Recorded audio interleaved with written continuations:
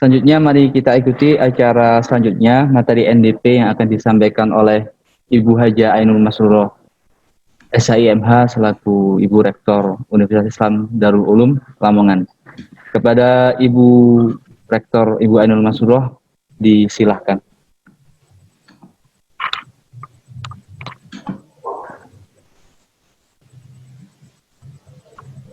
Assalamualaikum warahmatullahi wabarakatuh. Alhamdulillah,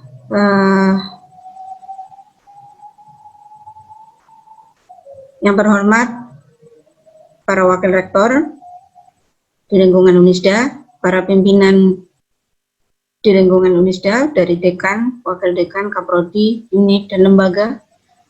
Yang terhormat panitia PKKMB dan adik-adik mahasiswa sekalian yang berbahagia, pada kesempatan kali ini saya diamanati oleh panitia selama 30 menit ke depan untuk menyampaikan nilai dasar perjuangan Universitas Islam Darul Ulum Lamongan. Untuk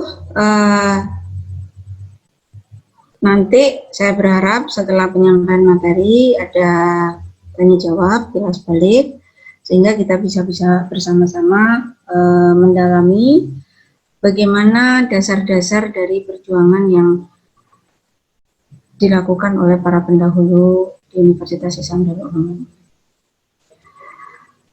Adik-adik sekalian yang berbahagia, Universitas Islam Darul Ulum Lamongan adalah merupakan salah satu perguruan tinggi yang berada di wilayah Lamongan dan berdiri sejak tahun 1987.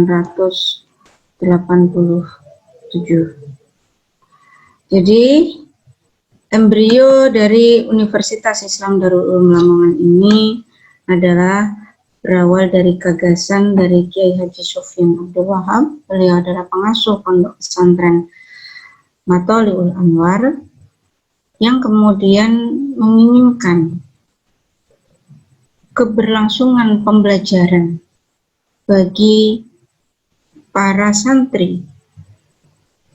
Para santri itu ada dua, ada santri mukim dan asantri non mukim. Ya, santri mukim adalah santri yang tinggal di pesantren, dan santri non mukim adalah santri yang mereka tidak tinggal di pesantren, untuk mereka kemudian bisa melanjutkan pendidikan di jenjang yang lebih tinggi.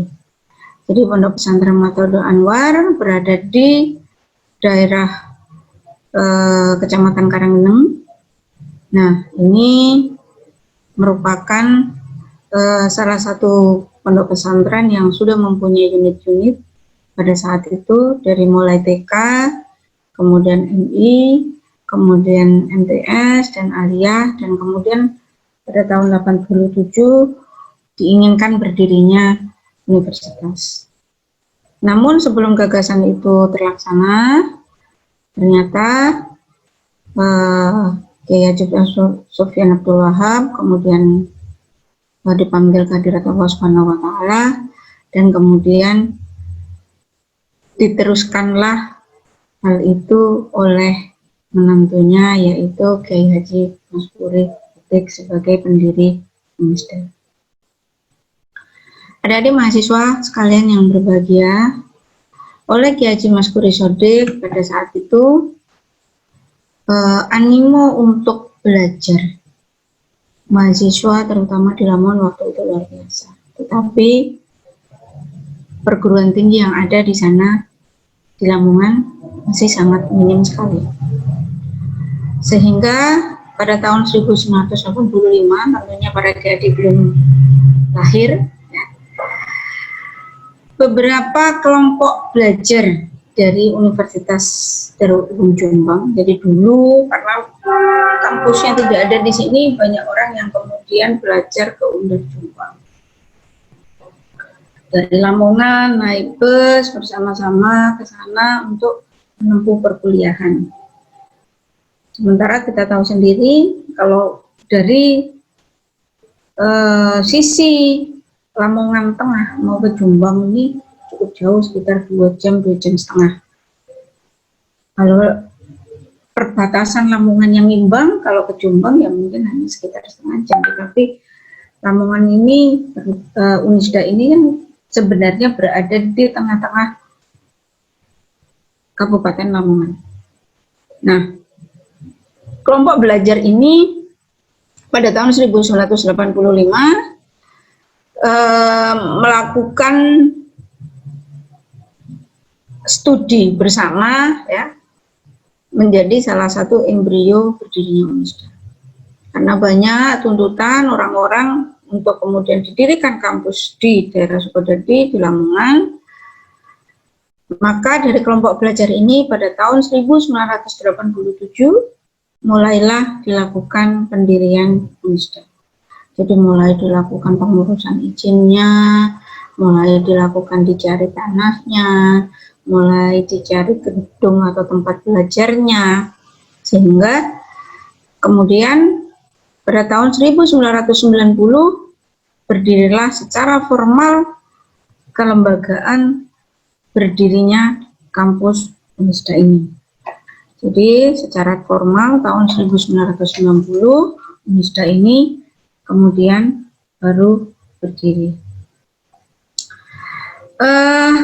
Tentu kalau berdiri pertama itu pasti akan banyak sekali kendala-kendala yang dihadapi. Jadi tidak bisa kemudian kita menyamakan dengan kampus-kampus negeri, misalkan UNER, misalkan Brawijaya, atau bahkan UGM sebagai kampus pertama di Indonesia, kita tidak bisa menyamakan itu. Atau kemudian kalau kita swasta, kampus pertama adalah Universitas Indonesia, kita tidak bisa menyamakan itu.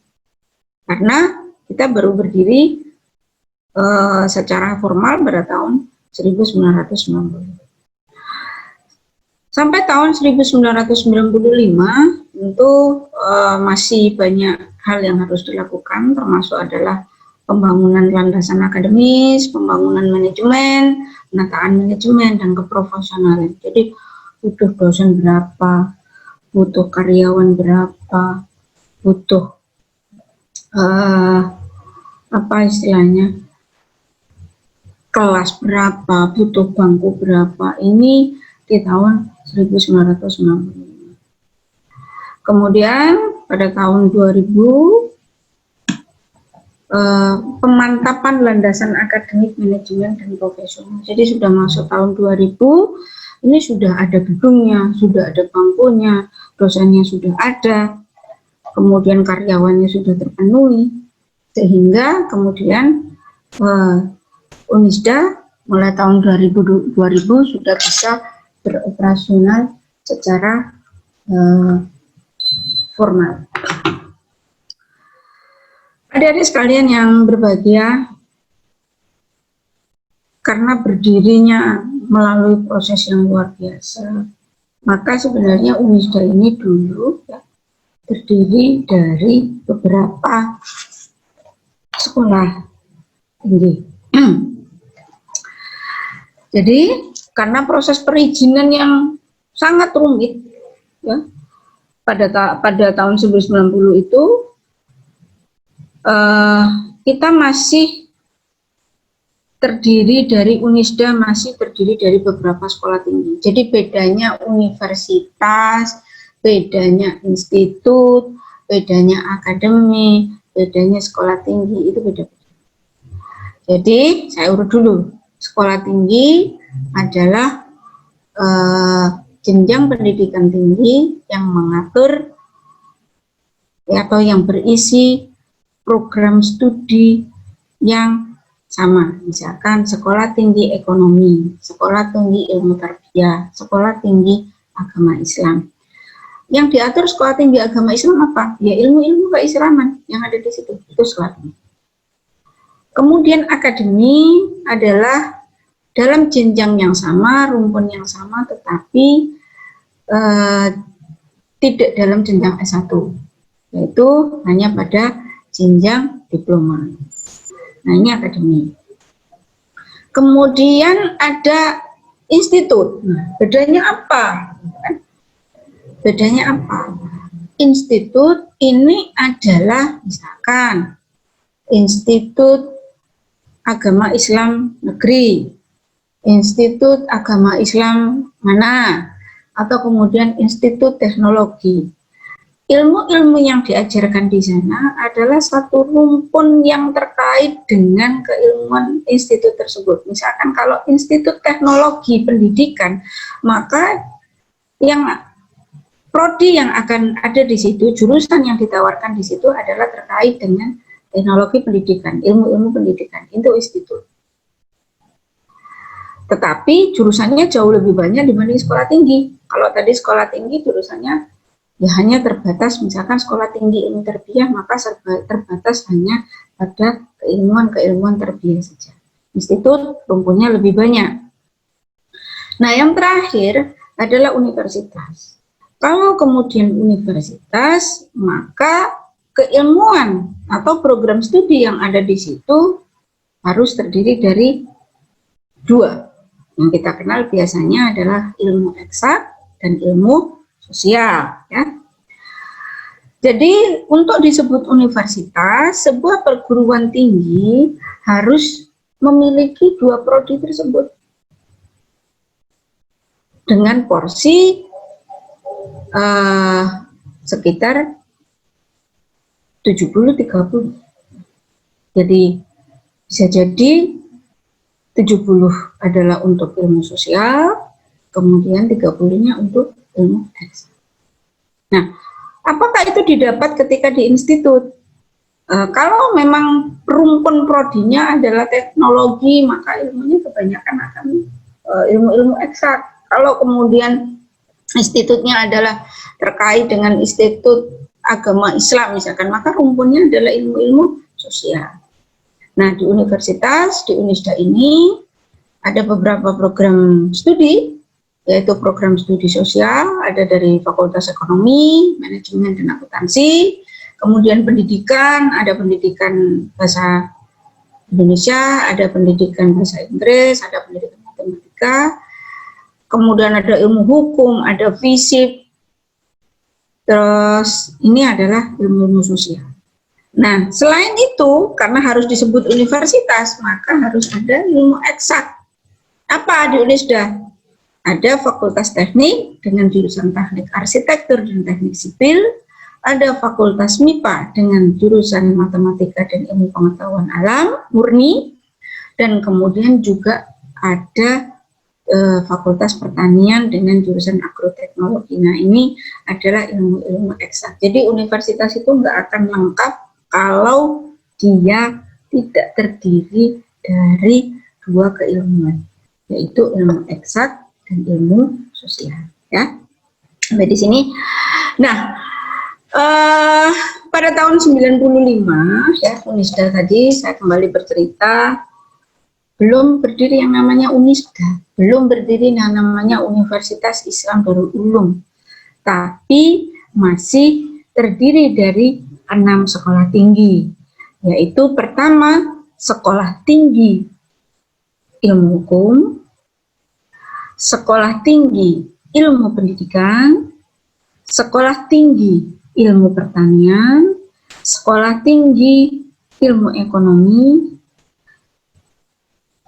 dan 2 sekolah tinggi yaitu dan Sekolah Tinggi Ilmu Tarbiyah. Semuanya ada Unisdanya. Jadi Sekolah Tinggi Ilmu Ekonomi Unisda, Sekolah Tinggi Ilmu, karena apa? Pada tahun 90 itu izin untuk mendirikan perguruan tinggi sangat susah sekali.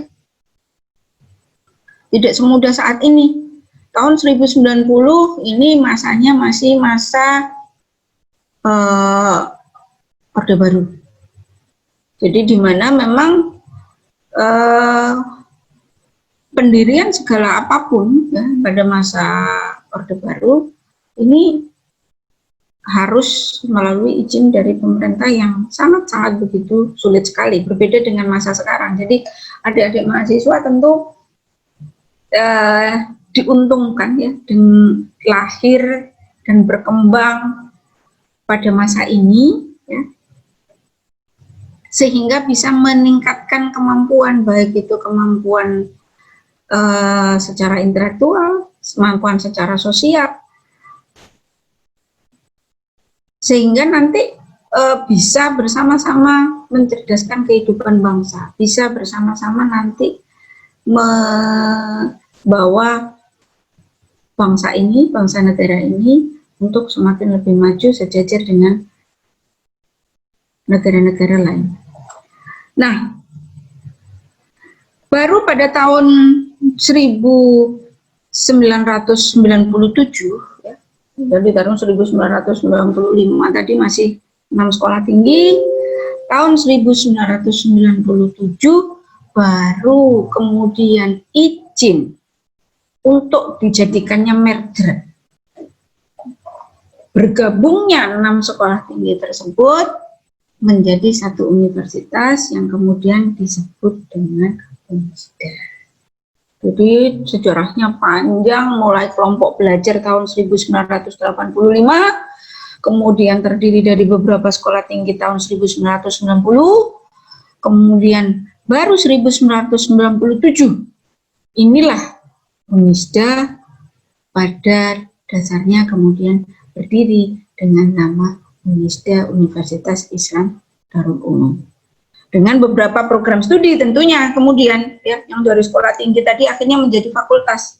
Ada Fakultas Keguruan dan Ilmu Pendidikan FKIP, ada Fakultas Hukum, ada Fakultas Pertanian, ada Fakultas Agama Islam, ada Fakultas Teknik, dan ada Fakultas MIPA. Nah, kemudian pada tahun 2022 baru kemudian masuk bergabung adalah Fakultas Ilmu Sosial dan Ilmu Politik. Nah, sebelumnya setelahnya pada tahun 2003 pasca sarjana Magister Pendidikan Agama juga bergabung, sehingga di UNISDA saat ini terdiri dari 8 prodi, 8 fakultas ya, dengan 17 program studi dan 1 program pasca sarjana dengan 2 program studi. Nah, ini sejarahnya UNISDA sampai saat ini. Kemudian, apa sih sebenarnya yang diinginkan oleh para pendiri saat mendirikan UNISDA? Apa yang mereka harapkan? Yang namanya nilai dasar perjuangan itu adalah nilai-nilai terkait bagaimana atau nilai-nilai apa yang dipakai oleh para pendiri UNISDA ini untuk mengembangkan kampus ini nanti. Jadi dasar-dasarnya apa? Karena kalau kita tidak punya dasar, kita tidak punya landasan berpijak, maka kita akan menjadi orang yang kehilangan arah. Jadi sebagai manusia, tentu harus punya dasarnya, harus punya nilai berpijak. Kita saja, kalau kita tidak berpijak di bumi, maka kita akan melayang-layang, ngawang-ngawang, maka kita harus punya dasar. Apa nilai dasar perjuangan di UNISDA? Pertama adalah tauhid. Jadi bahwasanya segala sesuatu itu harus dilandaskan kepada Allah Subhanahu wa Ta'ala atau Tuhan sekalian alam. Jadi dalam agama apapun, kalau misalkan di dalam Zoom ini ada yang beragama non-Muslim, ya, maka tauhid kepada Tuhan Yang Maha Esa, kepada Allah, kepada Sang Yang Widi, kepada Tuhan yang mereka sembah sesuai dengan ajarannya masing-masing. Karena apa? Semua agama pasti mengajarkan kepada sebuah kebaikan. Tidak ada agama yang kemudian mengajarkan kepada keburukan. Nah, karena berdasarkan tauhid, maka segala sesuatu yang terkait dengan pendidikan dan pengajaran harus didasarkan sebagai amal baik, sebagai nilai-nilai ibadah. Sehingga adik-adik sekalian, kalau misalkan nanti mulia, maka harus dinilai itu bagian dari ibadah. Kalau orang Jawa mengatakan ganjarannya bin loro, yaitu satu ganjaran mencari ilmu, yang kedua juga ganjaran beribadah. Begitu juga dengan tauhid ini diintegrasikan di dalam setiap kegiatan yang ada di Unisda. Nanti adik-adik akan menerima 3 kali mata pelajaran terkait dengan pendidikan agama, yang itu harus lulus dari pendidikan agama Islam 1, pendidikan agama Islam 2, pendidikan agama Islam 3. Supaya kenapa? Tadi bahwasanya segala sesuatu manusia ini tidak ada artinya tanpa kita menyembah kepada Allah Subhanahu wa Ta'ala. Kalau kita bisa menyitir, kalau saya menyitir dari Al-Quran, inna khalaqnal jinna wal insa illa liya'budun. Sesungguhnya aku menciptakan jin dan manusia untuk menyembah kepada aku. Jadi Allah nyiptakan jin, nyiptakan manusia, itu bukan untuk kemudian bersuka cita di bumi, tetapi untuk semata-mata menyembah kepada Allah Subhanahu. Nilai dasar perjuangan yang kedua adalah keseimbangan. Artinya bahwasannya sebagai seorang sarjana harus mempunyai intelektual dan kapabilitas. Kalau istilahnya pendiri adalah mempunyai otak London, tetapi hati Masjidil Haram. Jadi maksudnya apa? Otaknya bisa melakukan penelitian, bisa melakukan penemuan, bisa melakukan pengabdian masyarakat, melakukan inovasi-inovasi terkait dengan pengetahuan dan teknologi, tetapi harus tetap didasarkan kepada agamanya masing-masing. Dalam hal ini adalah agama Islam. Kenapa? Karena orang pintar tanpa diiringi dengan agama bisa menjadi orang pintar yang kebenar. Jadi harus diiringi dengan adanya nilai-nilai agama dalam sebuah tindakan. Maka Unisda tentu menginginkan mahasiswanya, lulusannya adalah mahasiswa yang pintar dan juga mahasiswa yang punya tata krama. Jadi kalau kita mempunyai nilai agama, itu ada tata krama masuk, ngerti agama juga iya, sopan santunnya masuk, dan karakter budayanya juga masuk. Dan yang terakhir adalah rahmatan lil alamin, bahwasanya mahasiswa atau lulusan yang akan keluar dari Unisda adalah orang-orang yang bisa menciptakan kesejahteraan kepada manusia. Jadi kita ini tidak ada artinya, manusia ini tidak ada artinya tanpa kita bermanfaat bagi orang lain. Khairun nas anfa'uhum linnas. Sebaik-baik manusia adalah yang bermanfaat bagi orang lain. Maka rahmatan lil alamin, agar kita bisa menyemai kebaikan, agar kita bisa menyemai pengetahuan kepada masyarakat, agar kita bisa menanam benih kebaikan dalam Islam, itu bagian dari amal jariah yang tidak terputus-putus pahalanya. Nah, maka kita diharapkan kemudian untuk bersama-sama bisa menyemai, baik itu dosen, baik itu mahasiswa, nanti bisa bersama-sama dalam memberikan atau menyemai kebaikan kepada masyarakat sekalian, baik dalam ilmu pengetahuan maupun teknologi. Selanjutnya adalah sumber semuanya adalah Allah, Tuhan sekalian alam. Jadi apapun yang dilakukan oleh manusia harus kita niati sebagai ibadah. Semua yang kita lakukan harus kita nilai sebagai ibadah, dan pembelajaran, terus kemudian kemanfaatan, semuanya harus dilakukan sebagai nilai ibadah, karena kita tidak ada artinya, manusia tidak ada artinya tanpa Sang Pencipta. Dan terakhir, ya, ini saya sampaikan sedikit arti logo UNISDA. Jadi, makna filosofi apa yang terkandung di dalam logo UNISDA ini? Logo UNISDA ini berisi segi 5, ya. Kemudian dengan dasar dengan warna kuning, dasar hitam, dan mempunyai bulu sebanyak 9 buah. Ada satu bintang di atas, ada satu lingkaran gentong, dan ada 4 buah kitab dan 1 keris. Apa maknanya? Pertama, segi 5. Segi 5 menunjukkan dasar negara Pancasila dan rukun Islam. Jadi berdasarkan Pancasila kita 5 pasal dan kemudian rukun Islam.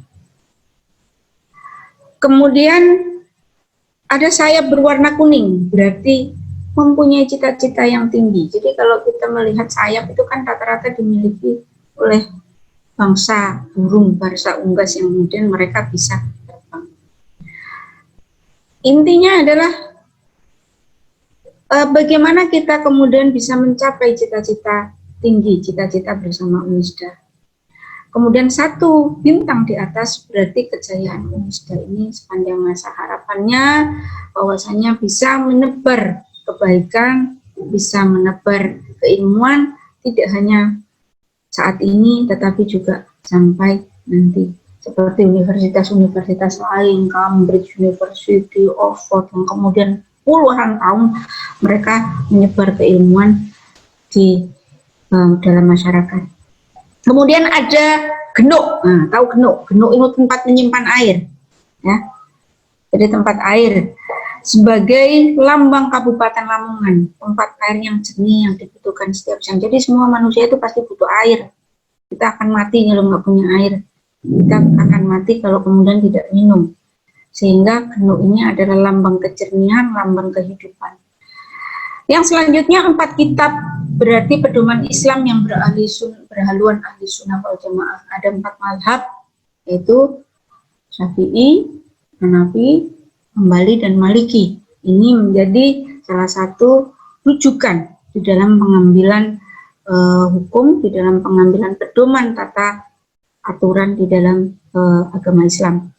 Dan yang terakhir adalah keris sebagai lambang daerah, berarti Pusaka Sunan Giri yang dipercayakan Adirogo, penguasa pertama Lamongan, untuk disimpan dan dipelihara di kota Lamongan. Kalau dari kita melihat dari logo ini, ya, maka tentunya UNISDA, ya, nilai dasar perjuangannya selain bernilai didasarkan kepada Allah Subhanahu wa Ta'ala, Tuhan yang Maha Esa, memberikan kesejahteraan kepada sesama manusia, juga mempunyai karakter bernuansa lokal. Kenapa? Karena tentu ketika kita terbang, kita juga tidak lepas dari harus membumi. Ketika kita menyebarkan keilmuan, kita juga tetap harus mengangkat budaya-budaya lokal, pengetahuan-pengetahuan lokal yang ada di wilayah Lamongan dan sekitarnya.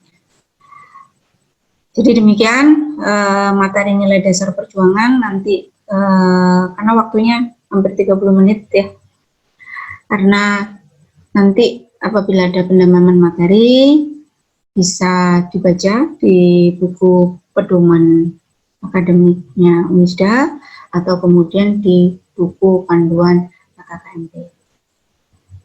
Kalau kemudian ini ada moderatornya, ada tanya jawab atau sudah cukup sampai di sini?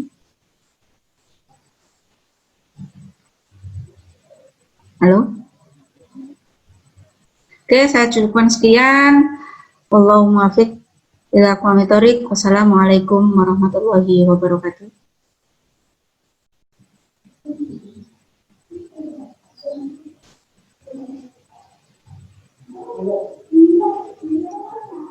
Nanti untuk tugas dari materi nilai dasar perjuangan ini akan disampaikan oleh fasilitator dari kakak-kakak kalian dari DPN dan BEM. Baik, terima kasih. Ya. Kak kurung suara.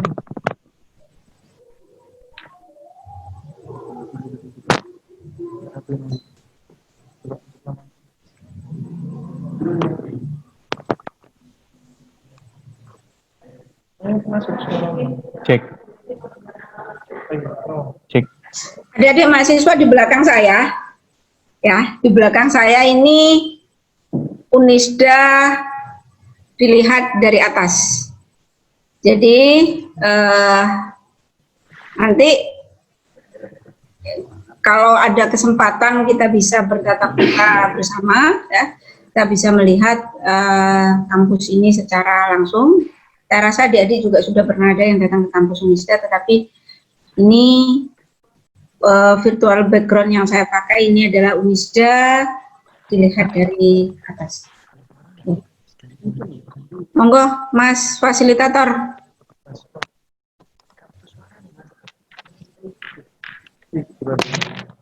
Betul suaranya. Masuk. Atau ada pertanyaan? Tidak buka pertanyaan ya?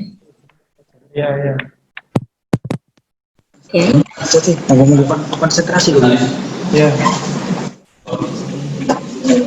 Demam, volume mendekat. Fokus.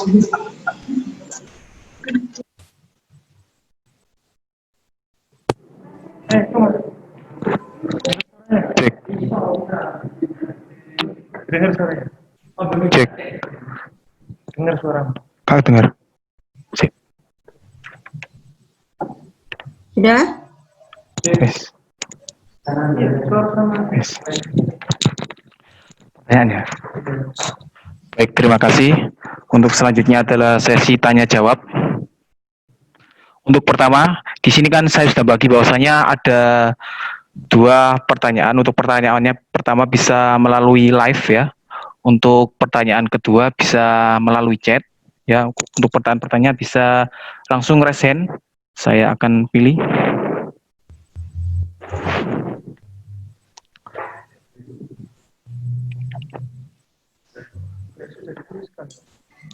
Ada. Siapa pembuat logo Unisda? Siapa pembuat logo Unisda? Pembuat logo Unisda, ya, para pendiri, Haji Mas Puri, bersama beberapa perintis ya, yang pada saat itu menginisiasi bagaimana Unisda ini akan berjalan, bagaimana nilai-nilai yang kemudian dipakai di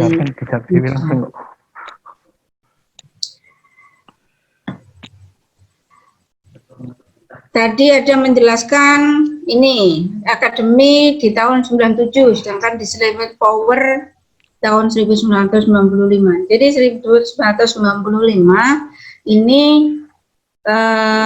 tatanan mapannya sekolah tinggi. Jadi karena tadi Unisda ini berdiri awalnya dari sekolah-sekolah tinggi, karena pada masa itu belum diperbolehkan berdirinya universitas. Nah, pada tahun 97 baru kemudian yang disebut dengan nama Unisda. Memang agak miss tadi di PowerPoint-nya ya. Sekaligus juga nanti melihat kalian nyimak apa tidak, itu kan kapan sebenarnya secara formal Unisda ya sebagai universitas berdiri. Jadi tahun 1997. Kemudian ada yang tanya ini, Mas Fasilitator, Kak, apa boleh izin ke belakang? Nah, ini nanti urusannya Mas Fasilitator ya. Oke. Apalagi? Siapa yang meneruskan perjuangan Haji Mas Puri dan Rektor sebelum Bu Ainul? Ya. Siapa yang meneruskan? Jadi sebelum saya adalah Pak Dr. Afif Hasbullah sebagai rektor sebelum saya. Kebetulan pada saat ini beliau menjabat sebagai Ketua Senat di Universitas Islam Darul Ulama. Insya Allah nanti Kalau ada kesempatan, adik-adik mahasiswa bisa berjumpa dengan beliau. Dan saat ini, selain menjadi Ketua Senat dari Universitas Lamongan, beliau adalah komisioner Komisi Pengawas Persaingan Usaha, semacam KPU, tetapi khusus untuk mengawasi persaingan usaha. Nah, ada lagi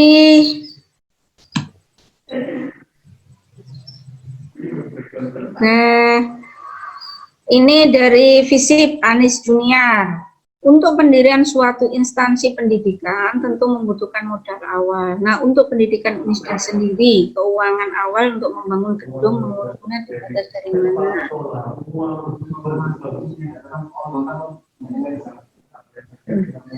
Nah, tentu pada saat itu memang pendiri mengerahkan segenap daya upaya dan tenaga, baik pikiran, harta, dan lain sebagainya untuk mendirikan kampus ini.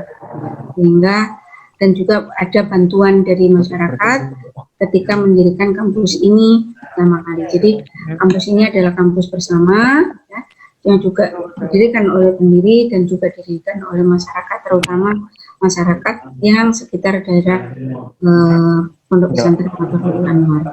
Oke, satu kali. Habis ini. Oke, sudah? Cek. Ini Bu, masih untuk pertanyaan yang live, bisa jenengan jawab. Masih ada beberapa satu pertanyaan yang live. Saya mau bertanya dari FKIP, Siti Mu'alifah. Saya mau bertanya, mengapa pasca sarjana hanya didirikan 2 prodi saja di Unisda? Ya, sementara ini baru 2 prodi. Ini masih dalam proses penyusunan pengajuan izin untuk membuka prodi yang lain, karena memang untuk membuat program pasca sarjana itu susah, harus punya doktor S3 sebanyak 6 orang. Nah, ini yang susah. Jadi jenjang sekolah itu kalau ada S1, ada S2, ada S3. Ya, S1 bedanya apa? S1 itu adalah jenjang program studi di perguruan tinggi yang basicnya masih, kalau kita melihat pada tugas akhirnya adalah masih bersifat deskripsi, jadi hanya mendeskripsikan penelitian. S2 pada penerapan teori, ya, makanya agak lebih sulit jenjangnya meskipun kuliahnya hanya 2 tahun, dan yang terakhir adalah S3. S3 ini tugas akhirnya adalah disertasi. Dan diharapkan mahasiswa S3 ini adalah orang yang bisa menemukan pengetahuan baru, melakukan inovasi baru. Maka di level ini sangat sulit sekali. Di level S3 ini sangat sulit sekali. Sehingga untuk mendirikan sebuah prodi tentu masih agak sulit. Memang saat ini kami sedang melakukan proses pengurusan salah satu program studi magister, tapi kita tunggu saja hasilnya. Harapan saya nanti adik-adik yang ada di sini nanti ada yang meneruskan tidak hanya jenjang S1, S2, juga S3, bahkan nanti ada yang berkarir dalam bidang akademik menjadi seorang profesor. Amin. Yang ini semua ya. Amin. Semoga studinya berjalan lancar, sukses, terbaik. Syukur-syukur dapat beasiswa, ya, bisa keluar negeri, mendapat ilmu dari luar negeri, dan sekaligus plus bisa jalan-jalan. Masalah ujian nanti ditanya ke wakil rektor bidang akademi. Gimana peran mahasiswa di Unisda Lamongan sebagai orde baru dan orde lama? Wah, jadi orde lama itu tahun 65, Unisdanya belum lahir. Jadi Unisda lahir pada masa Orde Baru. Kalau kemudian yang ditanya adalah pada masa Orde Baru dan era reformasi, tentu berbeda, ya. Orde Baru dan era reformasi berbeda. Pada masa Orde Baru dulu mahasiswa itu masih ada semacam ujian nasional, namanya UNC, ujian negara cicilan. Jadi kayak UNAS gitu, kayak anak SMA, ujian. Kemudian soalnya datang dari negara.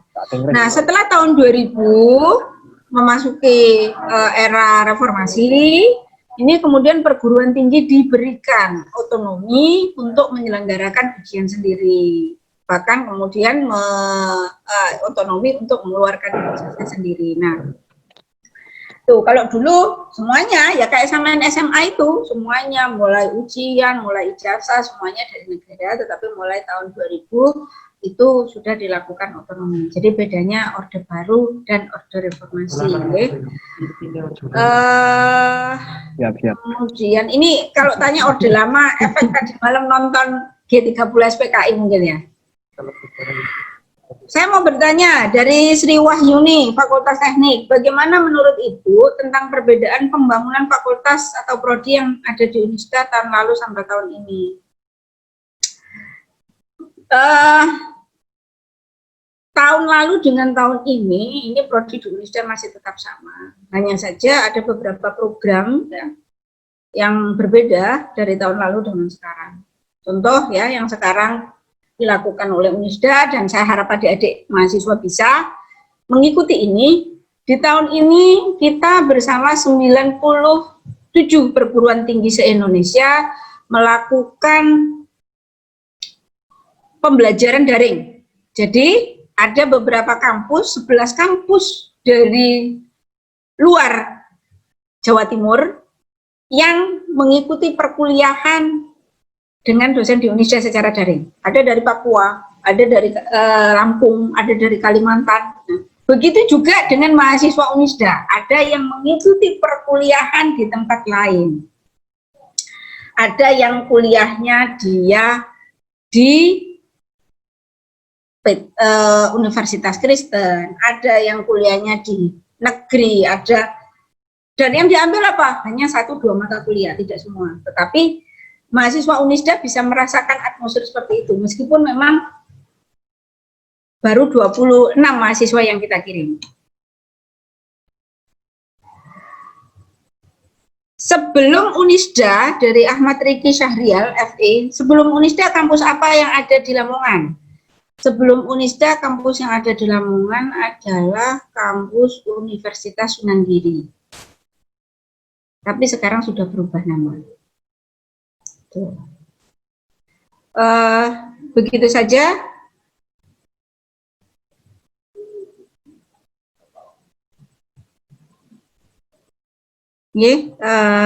Masih banyak, nanti tidak selesai-selesai.